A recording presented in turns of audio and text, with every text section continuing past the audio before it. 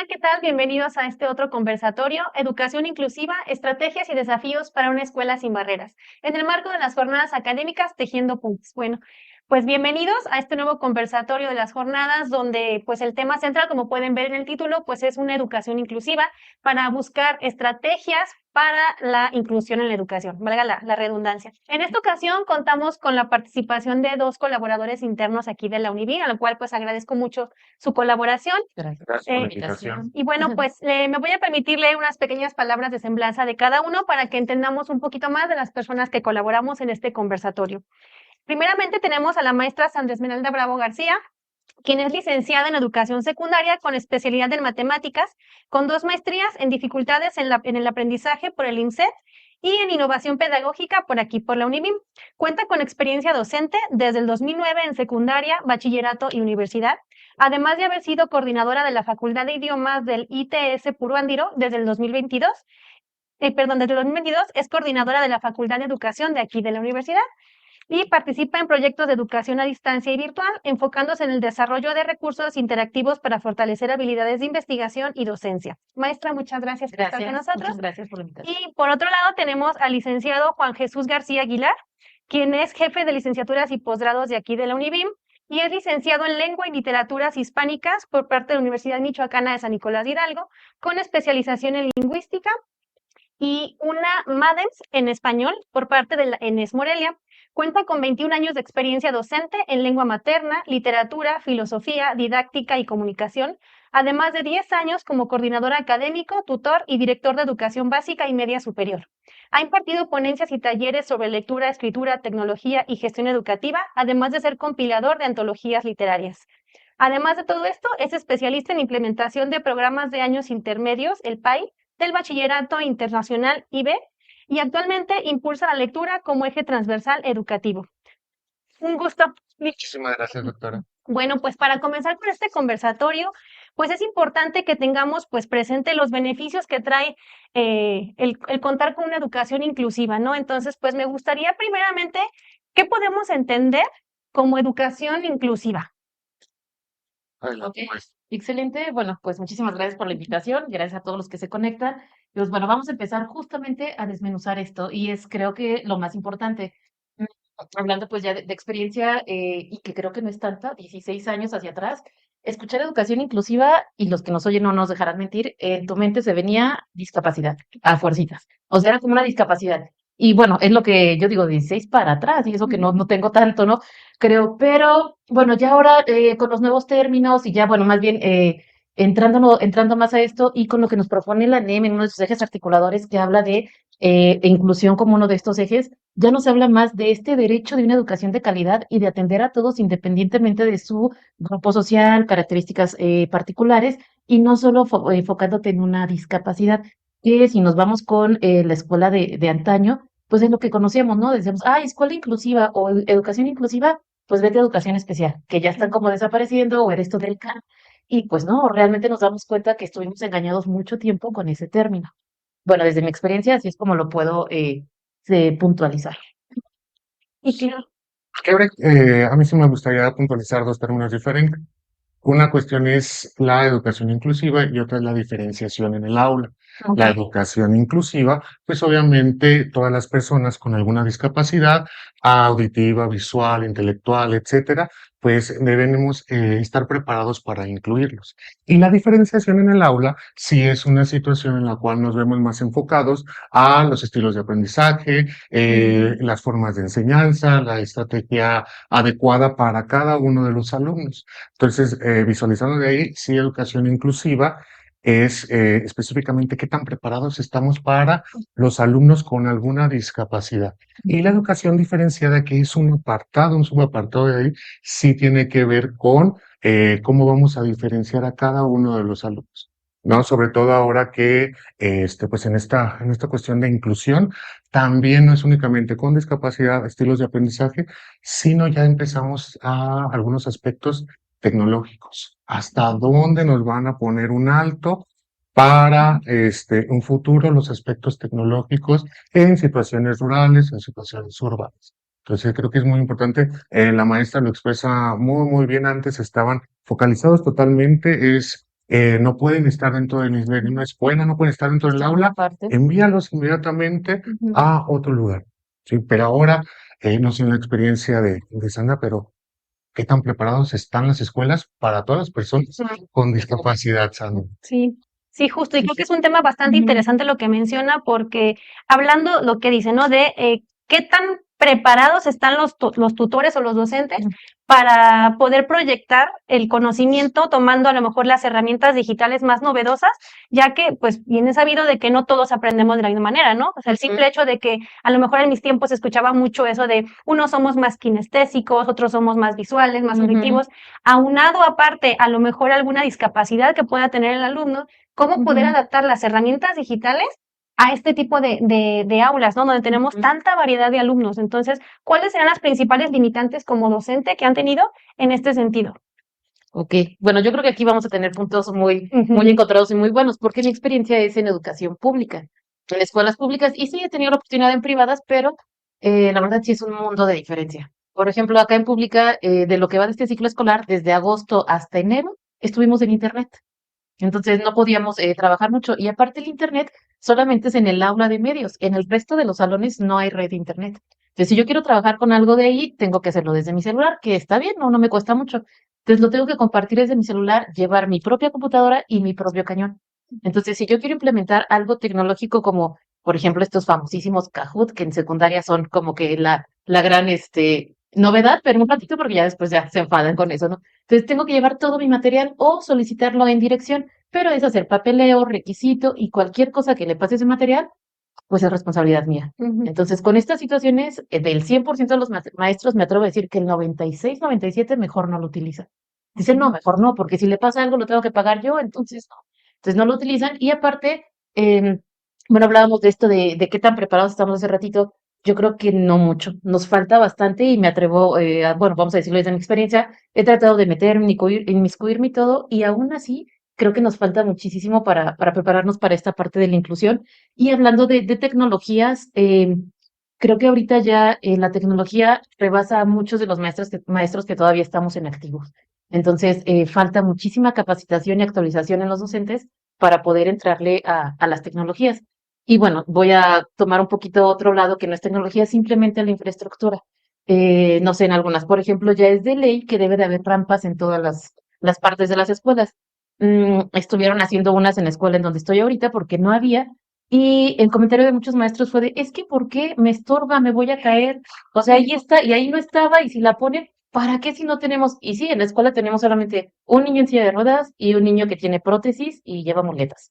Nada más, ¿no? Pero está bien, o sea, no es lo que tienes ahorita, es lo que puede venir después. Entonces, desde ahí creo que tenemos que cambiar para empezar nuestra mentalidad, ¿no? Decir, ¿para qué me haces una rampa? Porque yo me puedo caer. Pero entonces el de silla de ruedas que no pase. ¿Cómo? Entonces, desde ahí estamos como con esta situación de esta cierta apatía, ¿no?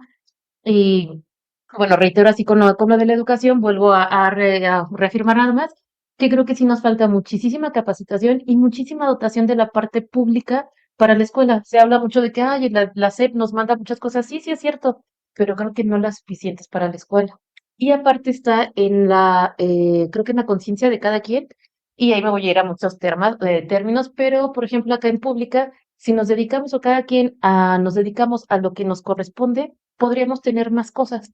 Yo recuerdo en la normal teníamos pizarrones interactivos, cada salón tenía el proyector y trabajabas en el pizarrón y estaba súper bien, pero salgo de la normal y me encuentro en la realidad, pues que eso no existe. Ujú. Entonces eso no hay. Pero ¿qué diferencia hay? Tal vez que en la normal éramos menos alumnos, el personal sí se dedicaba a cuidar lo que le toca y aquí ya en secundaria, pues ya estando frente a grupo, es muchísimos más alumnos, más personal que dice, a mí no me toca, yo no lo hago, entonces no hay quien cuide el material, mejor o los chicos hacen distracciones o mal uso de ellos y se descomponen y pues ya mejor no pedimos porque lo descomponen los chicos.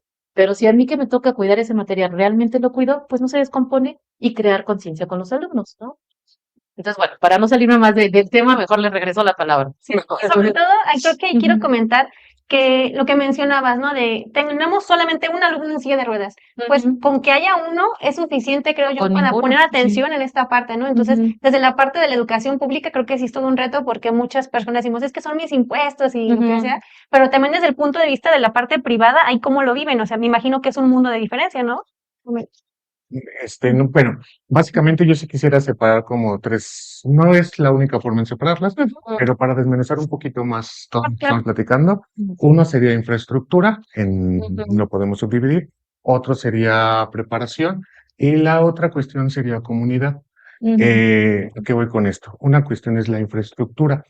En la mayoría, también depende de a qué instituto privado o público vayas. En el caso de las instituciones privadas, sí hay quienes tienen la oportunidad de tener pues todo el campus conectado, tienen perfectamente los pizarrones inteligentes, tienen proyector, tienen las computadoras, hay algunas incluso que los alumnos ya los hacen ir con la computadora, la laptop o con su tablet. Entonces, pues es un mundo diferente en cuestión tecnológica.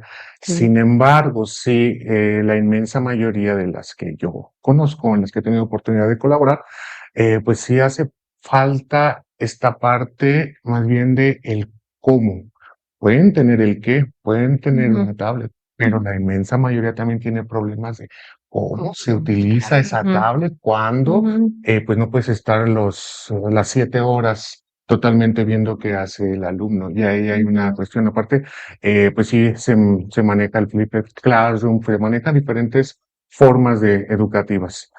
Sin embargo, también en cuestión, bueno, esto tiene que ver con comunidad, que hay algo que es letra muerta. Ya están las normas, ya está todo establecido para ver qué debe tener cada una de las escuelas. Y en la oportunidad, luego de lo que he conocido, pues no hay escuelas que estén plenamente aptas para el acceso a personas con discapacidad motriz, a personas de la comunidad sorda o a personas con de otro tipo de discapacidad, sí. Y esto viene a colación finalmente con lo que es capacitación. Yo sí creo que hay esfuerzos individuales que lamentablemente son individuales, que llevan a un siguiente nivel.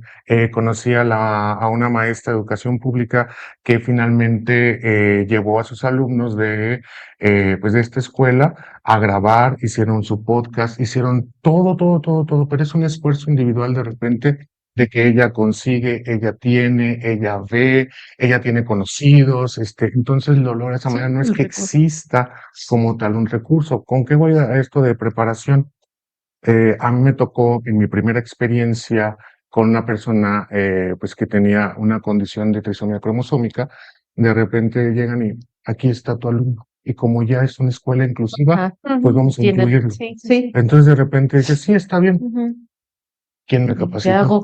¿Qué me ¿Qué hago? hicieron? O sea, Sí. ¿cómo es esta parte? Entonces, a uno le toca ir a los cursos, no, y en privada y en pública creo que va a ser lo mismo.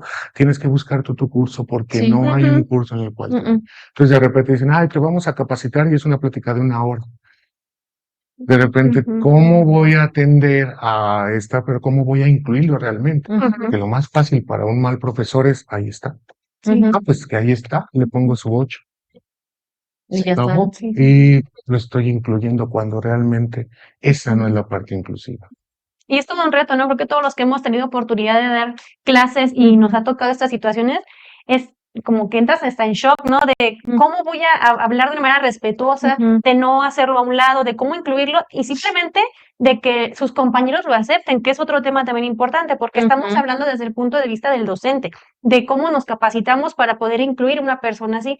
Pero ¿qué pasa con los alumnos, con los compañeros? Entonces, ¿ustedes qué estrategia siguen cuando llega al grupo una persona que a lo mejor no están acostumbrados los demás estudiantes a trabajar con ellos, dígase una persona sorda, una persona con discapacidad motriz? ¿Cómo hacer como docente para poder incluir ese alumno? Ok, y es justo lo que hablaba el maestro Juan ahorita, ¿no? Yo creo que es lo que hablamos hace mucho también, que el profesor, yo creo que somos la figura o la profesión más resiliente del mundo mundial, a veces porque tenemos que buscar cómo solucionarlo a fuerza, sí o sí, porque no me lo dieron. Y sí, es una excusa muy básica decir, pues es que yo no sé y ni modo, pero pues no, o sea, tenemos que buscar esta opción, ¿no? Y justo que ahorita que está hablando el maestro Juan, me vino a la mente hace muchos años, bueno, como unos 6, 7, nos llegó un alumno no meramente sordo, pero con una disminución auditiva. Entonces yo dije, ay, no, que no me vaya a tocar porque no sé qué hacer. Y ándale que me tocan. Entonces dije, bueno, ya me tocó. Entonces, ¿qué hicimos? Sí escuchaba el niño, pero muy cerca. No, por ejemplo, sentaba como de cuarta fila de butacas para atrás, ya no. Entonces, bueno, dije, ¿qué hacemos? ¿Qué hacemos? Bueno, vente para acá adelante y ahí optamos justo a lo que viene de los estilos de aprendizaje, no tanto así, pero todo lo que yo decía tenía que ser escrito.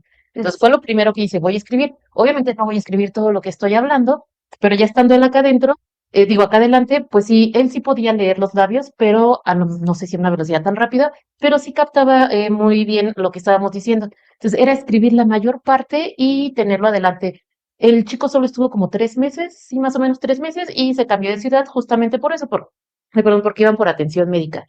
Entonces, esa fue la primera experiencia que dije, ok, creo que me hace falta muchísima capacitación para atender a un alumno con estas características. Y, por ejemplo, ahora aquí, no hace mucho, hace como 2 años, este chico que te digo que tiene prótesis, de hecho es competidor estatal de aquí de Michoacán y ha ganado medallas y todo. Y fue todo un caso también, porque es nadador, en Paralímpicos se fue y 2, 3 maestros dijeron, pues no estuvo, no me entregó nada, y el 5 o el 6. Y se fue de cómo, pues, nos está representando de manera estatal, hay que mínimo apoyar una parte. Pero yo, por ejemplo, tengo muchas competencias en las clases, es como todo rápido, rápido, de que se muevan. Entonces pongo un ejercicio y los primeros 10 que acaben. Y ese chico es muy, muy bueno, matemáticamente es muy inteligente, o sea, capta muy rápido. Pero en lo que agarra las muletas, en lo que pasa y en lo que esto no alcanzaba a llegar. Entonces, antes de que yo buscara una solución, él solito agarró al compañero de al lado y dijo, ve, lleva mi libreta, córrele. Y ya me gritó, maestra, fulanito va en mi lugar. Ah, ok. Entonces, él solito buscó una estrategia. Dije, bueno, ya me dio una luz en el camino. ¿Qué poder hacer? Entonces, a lo mejor ahí se viene esta parte. Los alumnos o sus compañeros lo aceptan bastante bien y hay unos que le cargan la mochila cuando se cambian de salón o se van a laboratorio. Entonces, yo creo que también es la conciencia que hagamos tanto desde casa como en la escuela de que pues todos tenemos características diferentes y no porque este no oiga o este no camine o en lugar de piernas tenga algunos tubos, ya es menos o es una situación distinta. Al contrario, porque justo este niño que le llevaba la libreta, ya después le decía, ay, pásamela, y yo, pues, que se lo pase. Entonces ya, a ver, digo, si se lo explicas, te doy una participación extra. Ah, bueno, entonces ya le explicaba. Entonces realmente hasta este niño con discapacidad de movimiento me ayudaba intelectualmente con los demás. O sea, realmente creo que tenemos que quitarnos esta venda de que a lo mejor no pueden o no van a saber, o sea, al contrario, aprendemos muchísimo de ellos. El chiste es ir buscando el cómo, ¿no? Como mencionaba acá el maestro, así de cómo hacerlo para que sea incluir a todas las personas, ¿no? Pero fíjate, ahí hay una cuestión, que a veces la consideramos como el primer paso, que es cómo busca él la solución. Pero la solución la tenemos que buscar nosotros. Ajá. O sea, el chiste no es, tenemos personas que van y atienden y llega alguien con discapacidad motriz, yo le ayudo, lo voy, pero la cuestión no es ayudarle y yo cargarlo o cargarla, la cuestión es cómo por sus propios medios voy a Puede hacerlo él. acondicionar toda la infraestructura para que él pueda acceder a todos los servicios. Ujú. Entonces, realmente esa es la parte, que es muy importante. En el ámbito privado hay muchísimas cuestiones ahí, inconvenientes, porque es más difícil reconstruir que construir. Las escuelas de hace 30, 40, 50 años jamás se construyeron con esta perspectiva. Sí, Entonces, reconstruir requiere de una gran inversión. Una escuela de nueva creación, pues obviamente puede Ya estar tiene ya todos desde esos. antes cómo va a estar en esta. Estamos hablando, a veces nos enfocamos mucho a la discapacidad motriz, ¿no? Pero aquí, por ejemplo, yo me quedé sorprendido cuando me mostraron cómo está la parte de inclusión en la plataforma para que una persona con discapacidad visual pueda ser alumno y pueda ser tutor de la universidad. ¿No? Esa es una de las, pues de los aspectos que más me impresionó cuando llegué y conocí esa parte de inclusión de la UNIVIM. Y la segunda, hablando de preparación y de cómo lo vamos a hacer, pues en la maestría y licenciatura de inclusión tenemos muy poca matrícula. Cuando de repente en gobierno, en escuelas privadas, públicas, en todos los sectores, la educación será inclusiva o no será. Sí. Entonces, esa parte a mí sí me sorprende, tanto el esfuerzo que hicieron para la parte de tecnologías para hacer esta inclusiva la plataforma, como el hecho de que no haya más interés por parte de las personas pues para prepararse. Y en todos los entornos. Yo recientemente tuve la oportunidad de acudir a un café y me doy cuenta que el mesero es sordo. Entonces, para mí fue muy chocante, pues, ¿cómo le voy a decir que quiero un café? Entonces, me parece un proyecto magnífico este café porque el menú está muy interactivo, entonces tú le señalas al mesero qué quieres, cómo lo quieres y listo, ¿no? Pero ahí me surgió la duda de, es que ¿por qué no puedo yo prevenir esa situación y o sea, hacer que el mesero no se sienta incómodo en que no me puedo expresar. Entonces ya es una decisión propia, ok, a lo mejor no convivo con una persona sorda, pero si está dentro de mis posibilidades el poder ingresar a un curso de señas o algo, creo que va a ser muy benéfico, ¿no? ¿Para qué esperarme hasta que conozca una persona sorda para poder empezar a hacer esto, preparar. ¿no?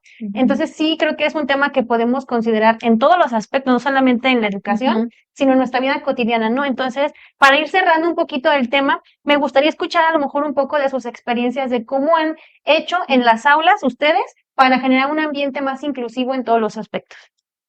Ok, sí, antes de eso, bueno, voy a retomar tantito lo último que dijiste, eso de comenzar a prepararnos antes de toparme con esa situación.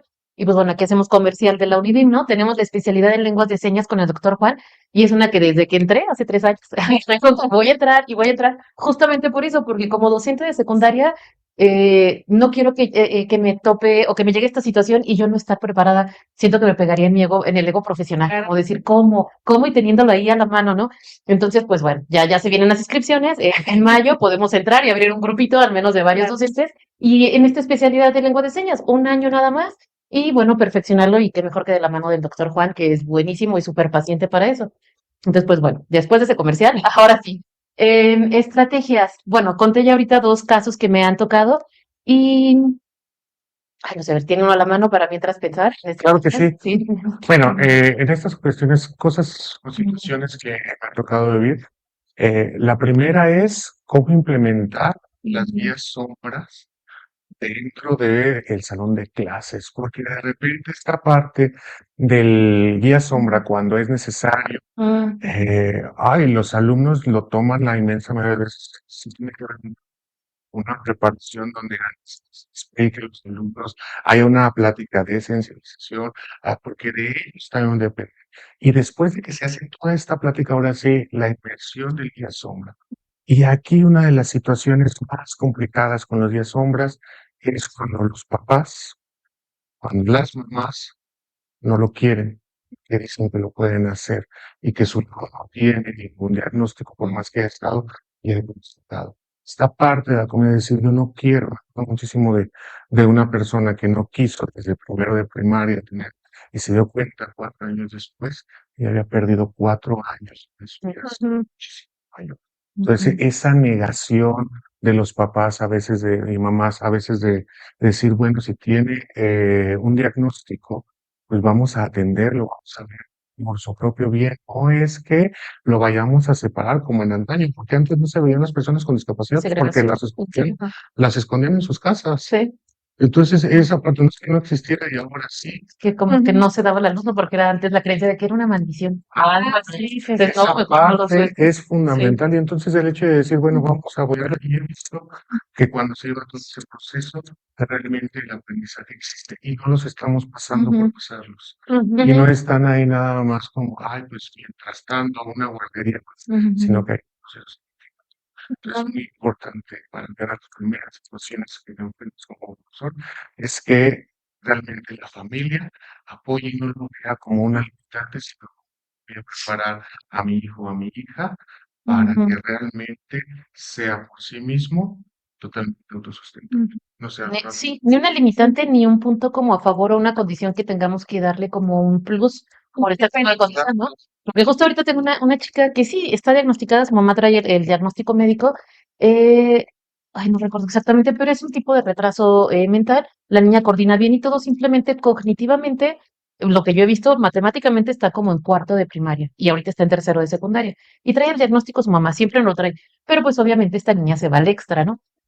Me busca su mamá y me dice, maestra, ¿cómo le vamos a hacer? Es que ya hablé con la de español y con la de inglés y le van a dejar esto y otro. ¿Y con usted cómo le hacemos para que pase? Yo, ¿cómo que cómo? No, pues tiene que pasar el extra. Ah, sí, tiene que hacer examen. Pues sí. O sea, como, ¿por qué razón no lo haría? Obviamente lo que hice fue cambiarle el extra. No le puse, adaptárselo exactamente. No le puse lo mismo que habíamos visto, porque sí ya entendí que esta parte por ejemplo, lo que más le causó trabajo fue entender que una letra está escondiendo un número, ¿no? Esta parte de álgebra. Entonces, esta parte le causó mucho problema. Bueno, se lo mandé acá a la parte de aritmética nada más, los numeritos y todo, pero tiene que pasar el extra. Y desde ahí dije, creo que vamos, eso fue en segundo, dije, vamos a tener como ciertos roces con su mamá. Y en efecto, a cada rato cuando son a entrega de calificaciones, ¿por qué salió tan baja mi niña? Dije, mire, por esto y esto. Y sí, ya a esta chica no le evaluó igual, pero sí le evaluó, le digo, la responsabilidad y la constancia. Ujú. Una cosa es que a lo mejor no pueda desarrollar una fórmula general, estoy de acuerdo, pero mínimo al menos copió lo de ahí y le cambio un poco los trabajos, le copio lo de pizarrón y le cambio o bien el pizarrón, le ayudo y ya la dejo solamente con lo de aritmética. Luego a ver que ya aquí avánzale y ya me lo traes. Entonces, si no me lo trae, pues cómo se lo califico, ¿no? Entonces, pero hoy justamente me sorprendió mucho esta niña, estamos viendo propiedades de los triángulos y esto de que la suma de los ángulos interiores es 180 y toda esa situación. Entonces estábamos trabajando y la vi con el teléfono y dije, está copiando. Ya iba con mi sellito rojo de copiar, ya iba para allá. Entonces me pasé por atrás y vi que tenía en el celular como que se metió a Google y ahí decía, la suma de los ángulos es esto, tienes que sumar esto y esto y esto. Pues prácticamente yo solita me regresé con una cachita, dije, ok, yo estaba pensando mal de esta niña y realmente ella estaba investigando, cosa que a lo mejor creemos que no es capaz de hacer y sí lo es. O sea, esta situación cognitiva que a lo mejor la tienen muy encasillada y muy diagnosticada, tal vez ya le está avanzando, ya está superando y como docentes estamos como en esta idea de que no lo va a poder hacer y entonces ya es mal alumno, ¿no? Ujú. Entonces, bueno, es esa. Y justo con ella también hablando de estrategias, lo que me di cuenta que funcionó mucho con ella es tomarla mucho en cuenta. Como que siento que viene de varios ciclos escolares de estar segregada y segregada, o de tú no, o espérate. Y el simple hecho de que se pare, más, ¿puedo borrar el pizarrón? Ándale, sí, bórralo. O de repente con su mismo grupo hacemos muchas dinámicas de competencias y ella acierta en algún ejercicio, alguna respuesta y todos, bravo, fulanita, bravo. Y veo cómo se emociona y la cara. Entonces, como que creo que a veces falta esta parte de aceptación o de que la dejamos de lado, ¿no? Y no tanto decir, ay, encasillarte ahí, porque creo que cualquier persona que está en una discapacidad, pues ya sabe que la tiene. Lo menos que necesita es que se la haga saber o que se lo recalque. Con el caso que te decía del chico de Las las muletas. muletas, pues sí, nunca le pregunté ni qué tienes, qué pasó, por qué, o sea, como todo normal, como a todos, porque bueno, creo que eso es lo que entendí desde lo de la NEM, de la inclusión es incluir todos igual y yo tengo que adaptar ciertas situaciones, ¿no? Y en efecto, nunca tuve como mucho problema con él de por qué no me metí directo a su discapacidad, la exigencia intelectual con él era la misma, Ujú. porque ahí no tenía problema, ¿no?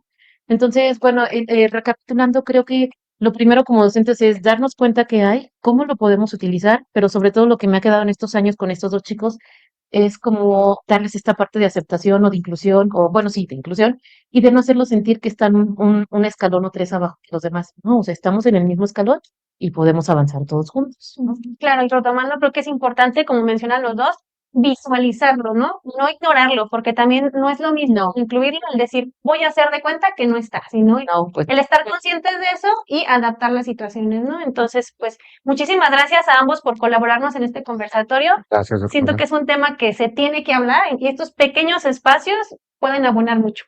Entonces, claro que pues sí. muchas gracias a ustedes, muchas gracias a todos los que están sintonizando las transmisiones de las jornadas. Los invitamos a revisar los demás conversatorios de este evento. Muchas gracias.